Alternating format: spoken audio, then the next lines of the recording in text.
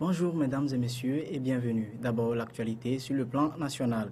Après les incendies des marchés de Lomé et de Kara en 2013, les enquêtes sont jusque-là ouvertes sur les vrais auteurs de ce qui est qualifié d'incendie criminel. Mais 3 ans après, où en est-on avec les enquêtes? Éléments de réponse dans ce dossier signé Dieudonné Seonou, Samuel Sessou et Paul Abouti. Janvier 2013, janvier 2016. Il y a 3 ans, voilà ce à quoi ressemblaient les grands marchés du Togo. Ces flammes sont des efforts qui partaient en fumée ce jour-là. De la nuit du 10 au 11 janvier, la population de Kara se réveillait impuissante devant les flammes qui prenaient en otage le grand marché. D'où provenait le feu, difficile d'apporter une réponse ce jour-là.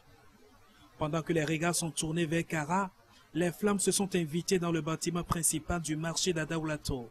Détresse et désolation s'entremêlaient. Ça pleurait, inconsolable. Ce nouveau drame se produisait à 48 heures après celui de Kara. Devrait-on parler d'un janvier apocalyptique cette année-là au Togo? Oui, peut-être. Peu de temps après, les arrestations se sont enchaînées. Mais qui aurait orchestré ces désastres? Difficile de le dire encore. 3 ans après ces drames, le mystère demeure total autour des vrais auteurs et les résultats des enquêtes ouvertes. L'enquête aussi, depuis là, nous n'avons rien appris. Depuis là, on est là seulement. Seul Dieu sait celui qui a brûlé le marché. On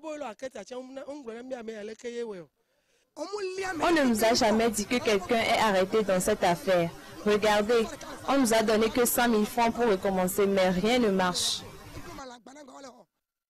À Lomé, voici l'espace aménagé pour accueillir provisoirement les commerçants qui depuis n'avaient plus de place. Le site peu adapté, l'affluence n'y est pas. Depuis qu'on nous a amenés ici, rien ne marche. Avant, la directrice aussi venait nous consoler un peu. Mais au finish, elle aussi ne vient plus. Elle nous évite.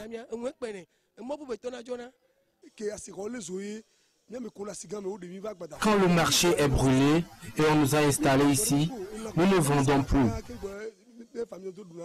On n'a rien d'autre à faire que vendre les viandes. Mais vraiment, les clients ne viennent pas.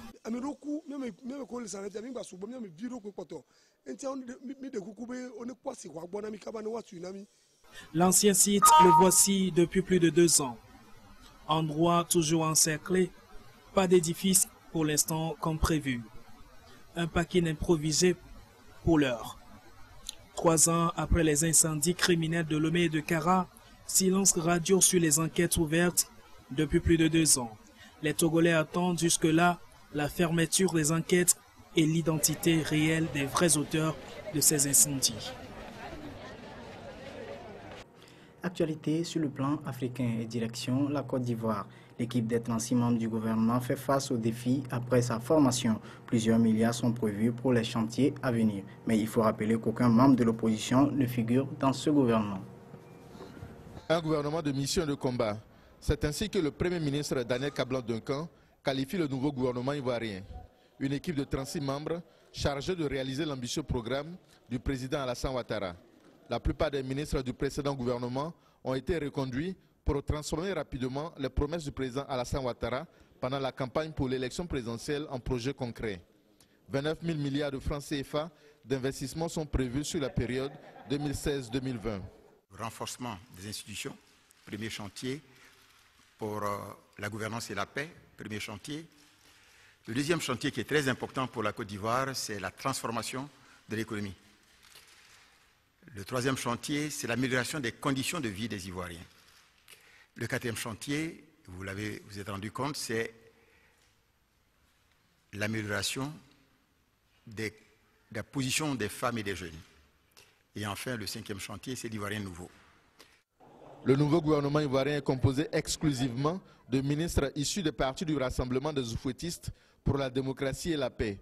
Aucun membre de l'opposition n'y figure. Les partis au pouvoir doivent gérer le pouvoir, l'opposition doit s'opposer. Pour l'heure actuelle, c'est comme ça que nous voyons les choses. Chacun doit jouer son rôle.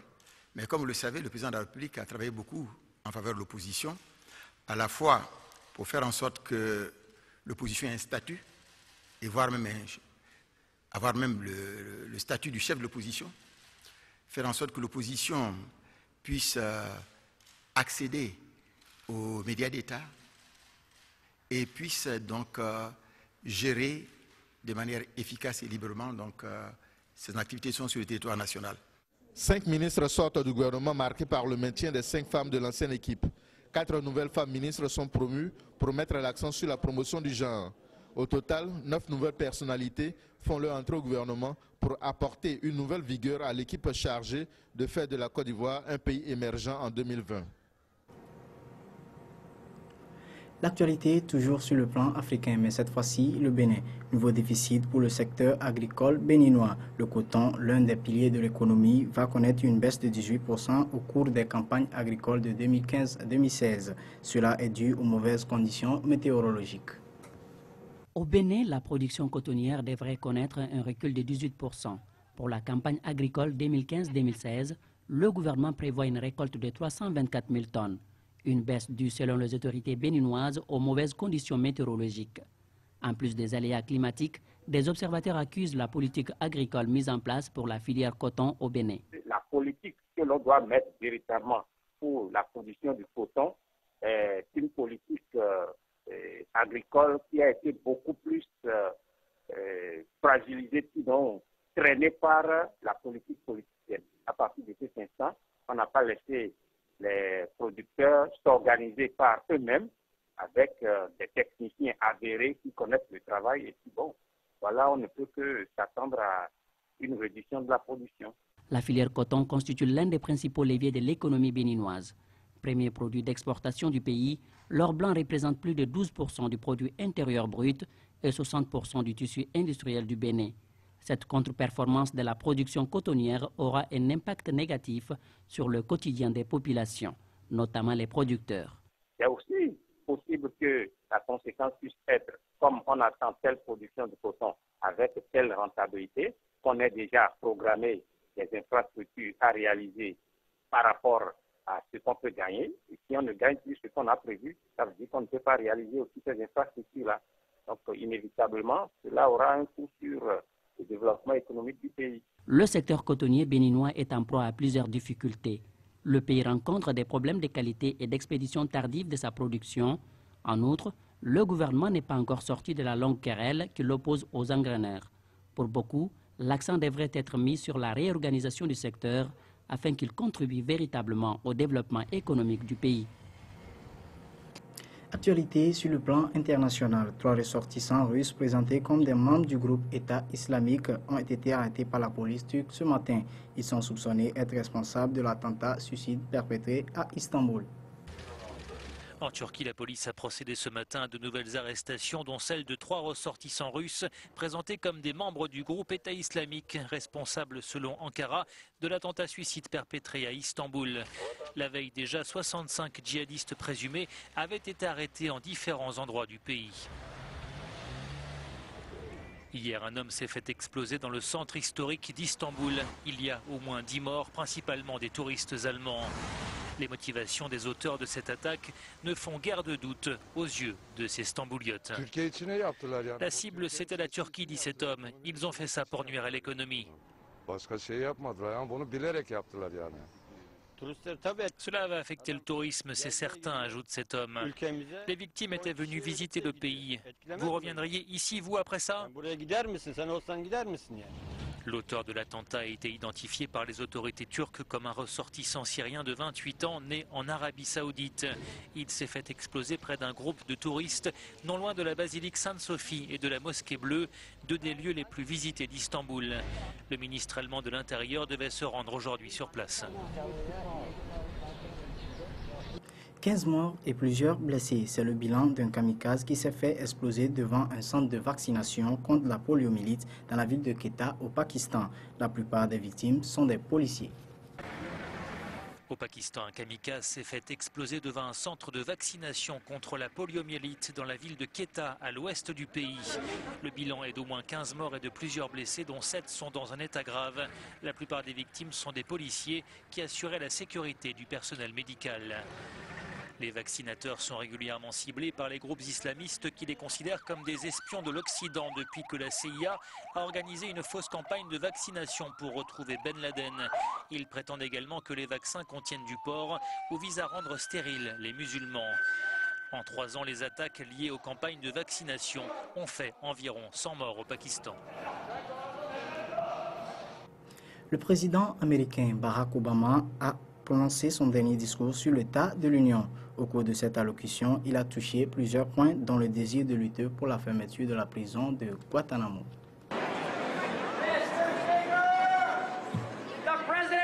Une dernière et d'honneur pour son ultime discours sur l'état de l'Union. Lors du bilan pour Barack Obama après 2 mandats présidentiels. Sous les yeux de son épouse Michelle, il tient une allocution résolument optimiste. À de très nombreuses reprises, le président est ovationné, notamment lorsqu'il évoque les bons chiffres de l'économie américaine. Nous sommes en plein milieu de la plus longue série de création d'emplois dans le secteur privé de l'histoire. Plus de 14 millions d'emplois créés, les 2 ans les plus prolifiques depuis les années 90. Et un taux de chômage réduit par 2. Face à l'inquiétude des Américains concernant la menace terroriste, Barack Obama se veut rassurant. Selon lui, le groupe État islamique n'est pas une menace existentielle pour les États-Unis. Sans jamais citer son nom, le président n'hésitera pas à tacler Donald Trump et ses propos incendiaires contre les musulmans.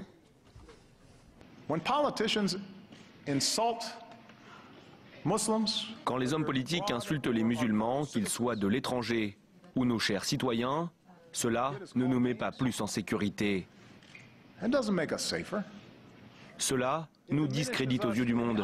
Cela trahit qui nous sommes en tant que pays. Sur le plan international, Barack Obama se félicite de la normalisation des relations diplomatiques avec Cuba et réaffirme sa volonté de fermer Guantanamo. La manière de gouverner dépend de la valeur de nos exemples. C'est pour ça que je vais continuer à travailler à la fermeture de la prison de Guantanamo. C'est cher, ce n'est pas nécessaire et cela sert uniquement de brochure de recrutement pour nos ennemis. 1 an avant son départ de la Maison-Blanche, Barack Obama l'a clairement fait comprendre à ses adversaires républicains. Il entend rester actif et combatif jusqu'au bout. L'Iran a libéré les 10 marins américains arrêtés après s'être égarés dans les eaux territoriales de ce pays. L'annonce a été faite ce matin par les gardiens de la révolution dans un communiqué lié à la télévision d'État iranienne. Ce sont des bateaux de ce type, 2 navires légers de la marine américaine qui ont été interceptés par Téhéran. Ils se rendaient du Koweït à Bahreïn lorsque l'armée de la République islamique les a saisis près de l'île de Farsi. Selon Washington, il s'agissait d'une simple patrouille de routine. L'un des navires aurait rencontré des problèmes mécaniques et dérivé jusque dans les eaux territoriales iraniennes. Téhéran reconnaît la possibilité d'une erreur technique, mais considère tout de même cet acte comme une intrusion. En droit international, on parle de passage inoffensif, mais la présence américaine dans le Golfe Persique n'a jamais été inoffensive et nous ne considérons pas cela comme tel.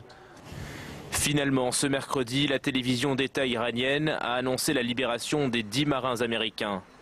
Cet incident intervient dans une zone sensible. Fin décembre, Washington accusait Téhéran d'avoir mené des essais de roquettes près de l'un de leurs navires dans le détroit d'Ormuz. Les États-Unis avaient alors qualifié ces tests de provocation. Séoul appelle la Chine à prendre des mesures fermes contre Pyongyang. Ce matin, des militaires sud-coréens ont effectué des tirs de sommation contre ce qu'ils considèrent être un drone nord-coréen qui a franchi leurs frontières. La tension reste vive à la frontière entre les 2 Corées. Ce matin, des militaires sud-coréens ont effectué des tirs de sommation contre ce qu'ils pensaient être un drone nord-coréen qui a franchi la frontière sur quelques dizaines de mètres avant de rebrousser chemin. Ce nouvel incident intervient 1 semaine après que Pyongyang a affirmé avoir réussi son premier test de bombe à hydrogène, suscitant la colère et l'inquiétude de Séoul qui en appelle à la Chine. Pour la présidente sud-coréenne, Pékin, qui a condamné cet essai, doit adopter des sanctions contre son allié. La Chine sait que si sa détermination ne se traduit pas en actes effectifs nécessaires, nous ne pourrons pas empêcher un 5e voire un 6e essai nucléaire, dit-elle, et nous ne pourrons pas garantir la paix et la stabilité dans la région. La Corée du Nord ne cesse de multiplier les provocations. Samedi, la télévision officielle diffusait les images d'un nouveau tir de missiles balistiques depuis un sous-marin. Mais il s'agirait d'un montage selon des experts qui ont également mis en doute les affirmations de Pyongyang sur le premier test réussi de bombe H. Dernier élément de cette édition. En Syrie, la situation est toujours critique à Madaya malgré l'aide humanitaire. Des négociations sont en cours pour évacuer 400 personnes de la ville. L'ONU appelle à la levée des sièges des villes syriennes, sans quoi de nombreux habitants vont mourir, prévient l'organisation. À Madaya, par exemple, dans la province de Damas, assiégée depuis 6 mois par les forces gouvernementales, des centaines de personnes attendent une évacuation d'urgence. Lundi, un convoi humanitaire a enfin pu entrer dans la ville, le premier depuis le mois d'octobre. Sur place, le porte-parole de la Croix-Rouge est très inquiet. Nous avons détecté plusieurs cas de malnutrition, dit-il, mais constatons aussi que beaucoup de gens sont tout simplement très malades parce qu'ils ne bénéficient pas de soins de santé appropriés. Ils n'ont pas de médicaments et ils doivent vivre dans des conditions qui ne sont vraiment pas propices à leur guérison. Situation jugée aussi très préoccupante à Foua et Kafraya, deux localités chiites encerclées par les rebelles à plus de 300 km de Damas, dans la province d'Idleb. Fin de cette édition, merci de l'avoir suivi et bonne suite de nos programmes sur la radio-télévision Delta Santé.